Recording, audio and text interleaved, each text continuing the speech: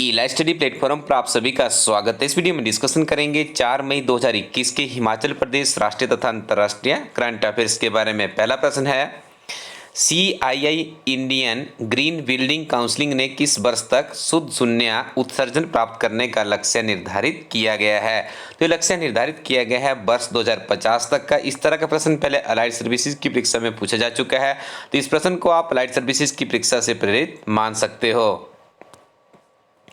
हाल ही में किस राज्य सरकार द्वारा पत्रकारों को फ्रंटलाइन कोविड-19 योद्धा घोषित किया है?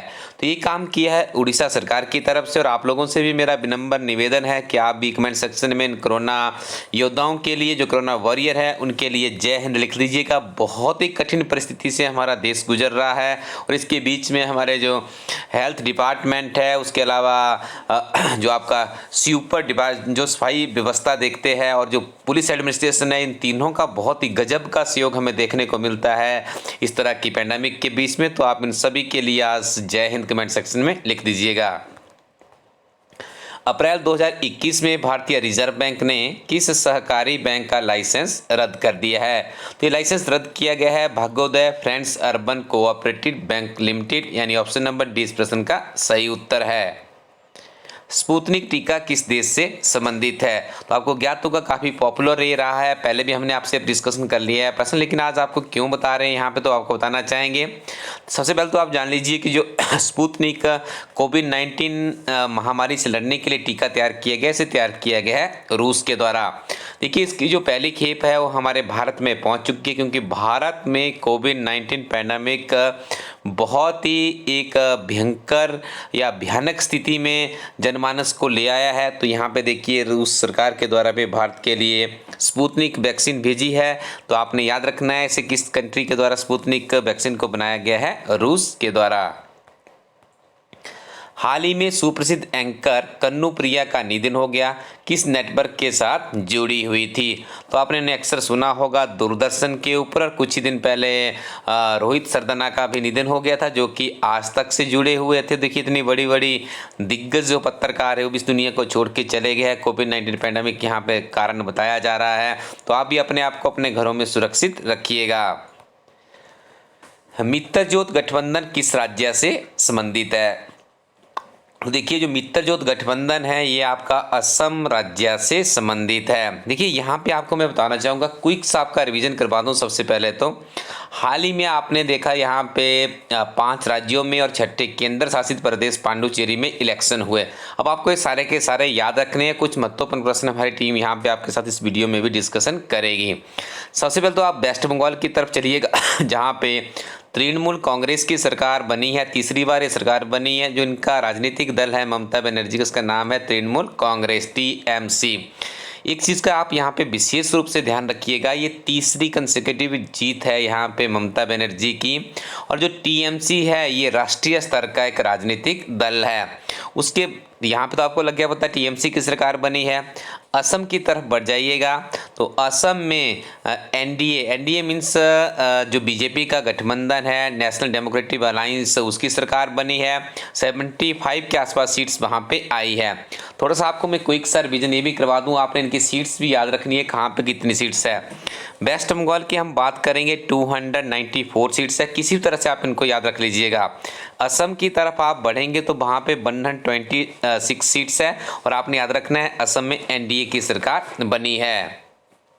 उसके बाद चलते हैं तमिलनाडु की तरफ, तो वहाँ पे यदि हम बात करें तमिल की, ठीक है, तमिलनाडु की, तो यहाँ पे देखेंगे आप तमिलनाडु में DMK एक राजनीतिक दल है जिसकी 156 प्लस सीट्स यहाँ पे दर्शाई गई है आउट ऑफ 234। मतलब वेस्ट बंगाल के बाद सबसे ज़्यादा सीट्स है कहाँ पे, तमिलनाडु में है।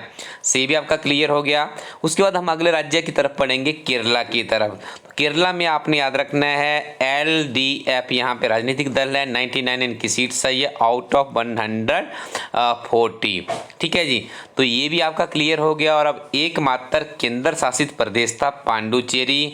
किरण बेदी वहाँ की पहले उपराज्यपाल भी रही है, या वहाँ जो भी उनका रहता है एडमिनिस्ट्रेटिव हेड उसके पद पे रही थी, लेकिन उसके बाद बीजेपी ने यहाँ पे एक अच्छा निर्णय लिया और अब पांडुचेरी में NDA stand for national democratic alliance की सरकार वहाँ पे भी बनी है। 30 वहाँ पे सीटें थी और बीजेपी को 16 सीटें प्राप्त हुई है। ये क्विक सा रिवीजन था, जैसे वहाँ पे मुख्यमंत्री बनेंगे उसके ऊपर भी हम एक वीडियो लेकर आएंगे ताकि आपका बिल्कुल अच्छे से क्लियर हो जाए। तो यहाँ पे देखिए कुछ 1-2 प्रश्न हम यहाँ पे आप लोगों के लिए लेकर आए हैं कि केंद्र शासित प्रदेश पांडुचेरी में किस राजनीतिक दल की सरकार बनी है। तो यहाँ पे देखिए एनडीए ऑप्शन में नहीं है लेकिन भारतीय जनता पार्टी है, तो आप इस प्रश्न का उत्तर भारतीय जनता पार्टी करेंगे। यदि एनडीए होगा तो आप वहाँ पे एनडीए लिख सकते हो। पश्चिम बंगाल में किसकी सरकार बनी है, तो आपका प्रश्न क्लियर हो चुका है, टीएमसी की वहाँ पे सरकार बनी है। बाकी राज्यों के बारे में आपको बता दिया गया है। विश्व हास्य दिवस कब मनाया जाता है, तो याद रखिएगा 2 मई को मनाया जाता है विश्व हास्य दिवस। ठीक है जी। नेक्स्ट वन इज सफर किससे संबंधित है। सफर आपका वायु प्रदूषण से संबंधित है। तो आइए आपको यहाँ पे बता देती है सफर की फुल फॉर्म क्या बनती है। System of air quality and weather forecasting and research. तो ये एब्रिविएशन भी आपसे पूछी जा सकती है।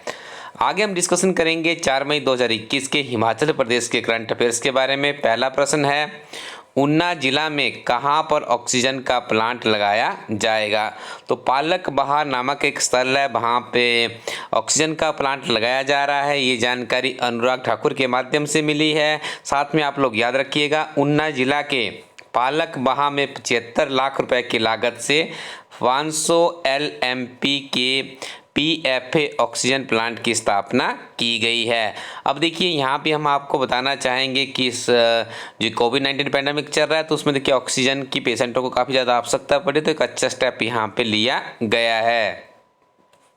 हिमाचल प्रदेश सरकार में एकमात्र महिला कैबिनेट मंत्री कौन है, तो इनका नाम है सरवीन चौधरी। आपको ये प्रश्न क्यों पढ़ाया जा रहा है, क्योंकि हमने आपसे पहले भी कहा कि जो चीज़ सुर्खियों में होती है उसको हम आपके साथ यहाँ पर डिस्कशन करते हैं, और जो चीज़ सुर्खियों में रहती है एग्जामिनर की सुर्खियों में भी वही रहती है और आपकी परीक्षा में भी वही प्रश्न आता है। देखिए इनका सरवीन चौधरी और उनकी जो फैमिली है वो कोविड पॉजिटिव आई है। आज विभिन्न तरह के समाचार पत्रों के माध्यम से जानकारी प्राप्त हुई है, तो आप याद रखिएगा। लेकिन हमारे लिए महत्वपूर्ण है कि हिमाचल प्रदेश सरकार की जो कैबिनेट गठित की उसमें एकमात्र महिला मंत्री जिनका नाम है सरवीन चौधरी। कमेंट सेक्शन में बताइएगा सरवीन चौधरी का गृह जिला कौन सा है। हिमाचल प्रदेश की एकमात्र राजकीय आयुर्वेदिक फार्मेसी कहाँ पर है। सरकाघाट, धर्मपुर, जोगिंदरनगर या फिर सुंदरनगर। तो ये एकमात्र जो फार्मेसी है ये कहाँ पर है जी, जोगिंदरनगर में है। ये भी सुर्खियों में क्यों है, क्योंकि अभी आप देख रहे हैं कि इस कोविड-19 पैंडेमिक के बीच में हमें आयुर्वेदिक की विभिन्न तरह की दवाइयाँ, ऐसा नहीं है कि कोविड-19 पैंडेमिक के लिए ही आपको दवाइयों की आवश्यकता पड़ती है, और भी विभिन्न तरह की व्याधियाँ हमारे जनमानस में देखने को मिलती है। तो यहाँ पर देखिए जोगिंदरनगर में जो ये आयुर्वेदिक फार्मेसी है इसको देखिए काफ़ी स्पीड अप वहाँ पे करवाया जा रहा है ताकि उसका काम सुचारू रूप से चला जा सके, और इस तरह की पैंडेमिक के बीच में भी जो दवाइयों की आवश्यकता है उसकी पूर्ति की जा सके। बिग बॉस 14 की विजेता रुबीना दिलेक का संबंध किस राज्य से है, तो ये अंडरस्टूड होगा आपको कि हिमाचल प्रदेश में पढ़ाया जा रहा है, तो ये प्रश्न आपका कहाँ से होगा, हिमाचल प्रदेश से होगा। ये भी कोविड पॉजिटिव आई है आजकल सुर्खियों में, तो आप याद रखिएगा। वीडियो के अंत में मैं आपको बताना चाहूँगा अपने साथ अच्छे मित्र और अच्छी किताबें रखिएगा, निश्चित तौर पर आपको सफलता मिलेगी। और हमारे इस प्लेटफॉर्म से बहुत से अभ्यर्थियों का करियर बदल रहा है, क्योंकि यहाँ पर एक अनुभवी टीम है जिन्होंने खुद बड़ी बड़ी परीक्षाएँ क्वालिफाई की हुई है। तो आपको क्या करना है, आपको इस वेबसाइट को विजिट करना है जिसका नाम है elstudyco.in। जब आप इस वेबसाइट पर जाएंगे तो आपको कुछ अच्छी किताबें मिल जाएगी। अपने लिए किताबों का एक पैकेज बनाइएगा। आज की डेट में आप जब किसी एग्जाम की तैयारी करते हैं तो कोचिंग के लिए आपको लाखों रुपए खर्च करने पड़ते हैं, लेकिन यदि आप किसी सक्सेसफुल पर्सन की व्यूज़ सुनेंगे या उसकी कोई इंटरव्यू सुनेंगे तो उसने जरूर आपको ये कहा होगा कि सबसे पहले आप अपने आप के अंदर झांकिएगा, अपने कैपेबिलिटीज़ को देखिएगा, अपने समय को देखिएगा, अपने रिसोर्सेज को देखिएगा और उसका बेस्ट यूज़ करना सीखिएगा। तो हमारी टीम आपको ये सुजेस्ट करती है कि आपने अपने आप को तो अभी तक जांच लिया होगा, कुछ किताबें अपने लिए यहाँ से चूज कीजिए इस प्लेटफॉर्म से, और किताबों के ऊपर यदि आप कुछ खर्च भी करते हैं तो आने वाले समय में ये आपके एक सच्चे साथी का काम करेगी। ज्ञानवर्धक चीज़ें आपके जीवन को परिवर्तित करने का मादा रखती है। नॉलेज इज पावर कंसेप्ट आपने हमारे प्लेटफॉर्म पे भी पढ़ा होगा। नॉलेज इज पावर का कंसेप्ट आपको मिलता है विभिन्न तरह की अध्ययन सामग्री को पढ़ने के ही बाद। तो देरी ना करें, जल्दी से आप elstudyco.in वेबसाइट को विजिट कीजिए। कोविड-19 पैंडेमिक में आपको अपने घरों के बीच में अंदर ही रहना पड़ रहा होगा, तो आप इन किताबों के साथ में नियमित रूप से पढ़ते रहिएगा, निश्चित तौर पे आपको सफलता मिलेगी। Thank you very much, keep watching elstudy YouTube channel.